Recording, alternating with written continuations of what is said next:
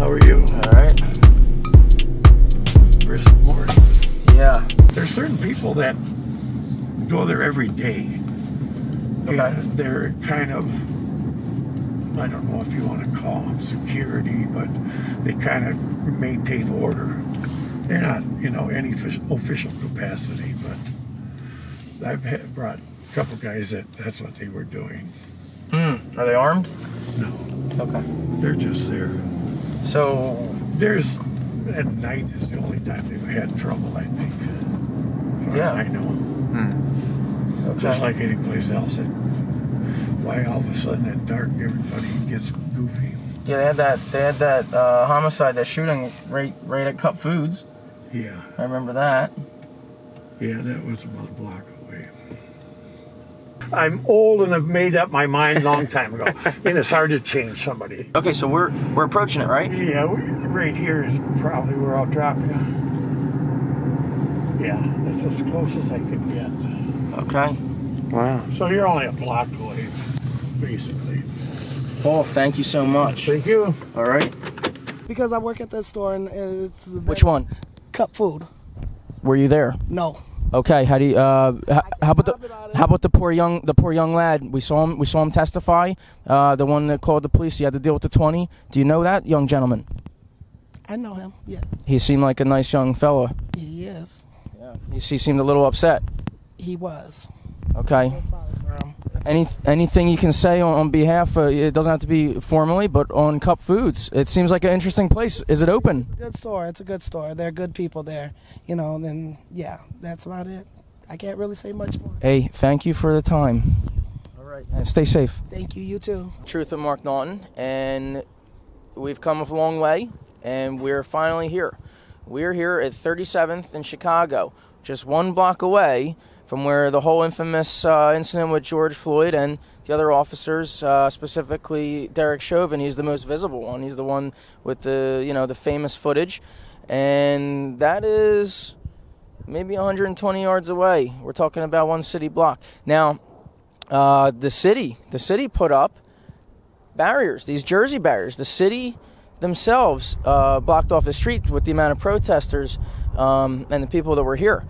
So now you have a unique situation. It's very unique because the people, the protesters, the community, they have expanded on that. So I'm looking at the signs. I've read many of them. I'm looking at the barriers. It looks like they put up some walls, some fencing, even these jacks. They're called jacks. They look like little kid jacks. But I'm looking at how they're made, and I do know that there's a lot of artists in this community. And they're unique jacks in how they made them, very artistic. So that tells me something, a clue. I look at the colors and the signs. You're now entering the free state of George Floyd. This is unique.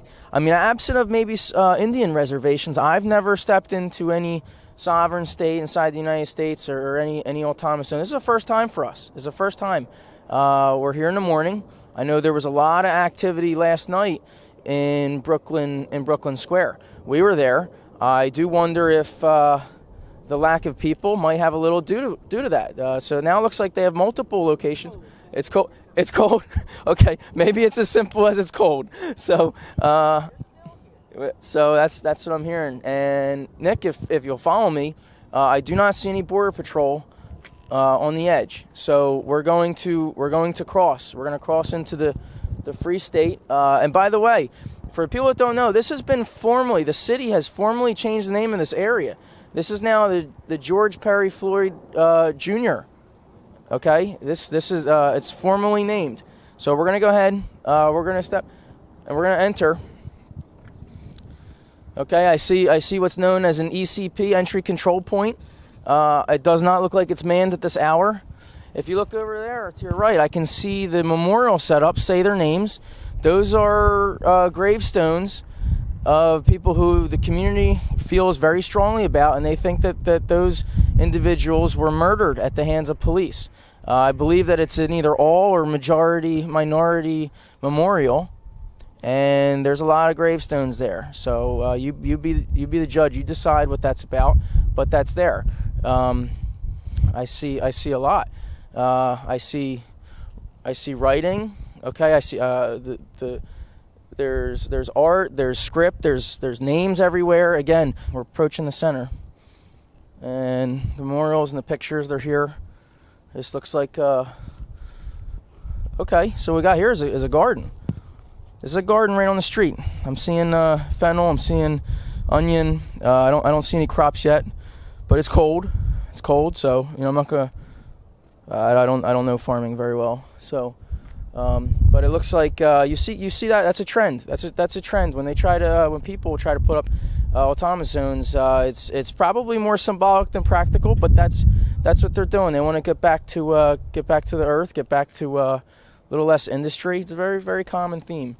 So I do notice that. So let's keep going. It has not been the same, and it hasn't been the same physically. It hasn't been the same emotionally. It hasn't been the same governmentally.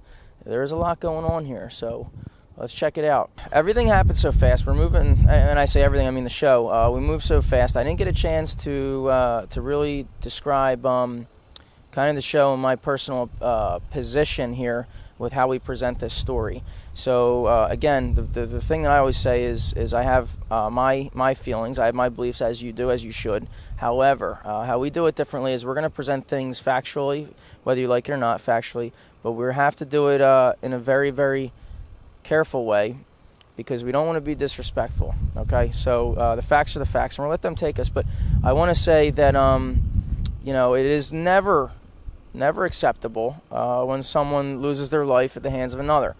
And the question of justified or not justified or reasonable or unreasonable, those are questions that should be asked. Those are questions that should be had, okay? But that's not what we're out here doing, is we're getting the feelings from the people and presenting some facts. Feelings and facts, okay? So that's all I'd like to say is we're going to be respectful while we're here, of course, because we're respectful everywhere. And I just wanted to say that when it comes to life, we value all life, and we don't make fun of the loss of it. So let's carry on and let's see some stuff. Facts as it happened. Okay. So George Floyd and his friend Mr. Hall, and also a third person in the blue Mercedes that they were driving.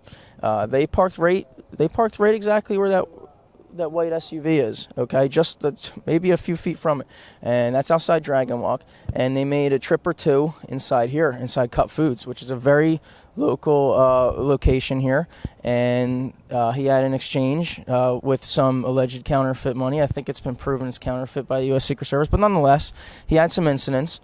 He leaves the store, goes back to his vehicle, and the young gentleman, the employee, he was told to deal with it, and the police were called. The police arrive, they deal, and they have a field interaction with Mr. Floyd at his vehicle where he's apprehended.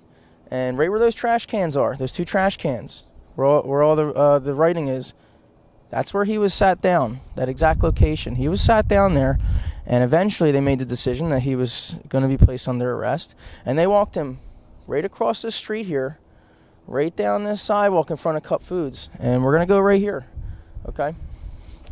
And it was right here where he was placed in the back seat of the car.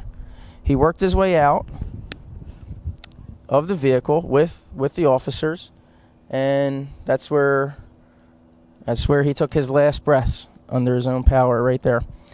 And everyone's seen the videos. Now the court is showing many of the videos, and that's it, ladies and gentlemen, right there.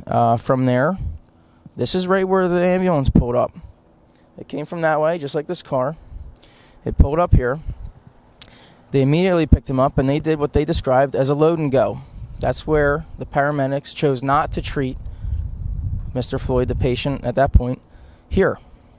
Instead, they took him a few blocks away, that way. And again, treating him along the way, well, that's it, right? They didn't treat him on the spot. See, I got to be careful with what I say. They did not treat him here. They transported him from here and treated him several blocks away. And the fire department later showed up with some miscommunication. Fire department showed up to assist, except they came to this location, not the new location where Mr. Floyd and the paramedics were. So that's how you also see the fire department pull up right here. That's where the crowd stood during the whole incident. And This is it. This is the spot that millions upon millions have watched, and this is where it's at today. So as far as locations go, those are the three major locations and major events that took place here. Now the question is, what do you do with the area? We know what's being done with it now. There's businesses here. Have they adapted? Have some suffered? Have new ones popped up? There's people who want this intersection open. There's people who want to leave it the way it is. And is that going to be a contention? Do we see more contention that's going to come? All great questions, and I don't have the answers, but we're going to see it. We're going to see what happens. With the case and everything going on, you know, I ride around work listening to it as well.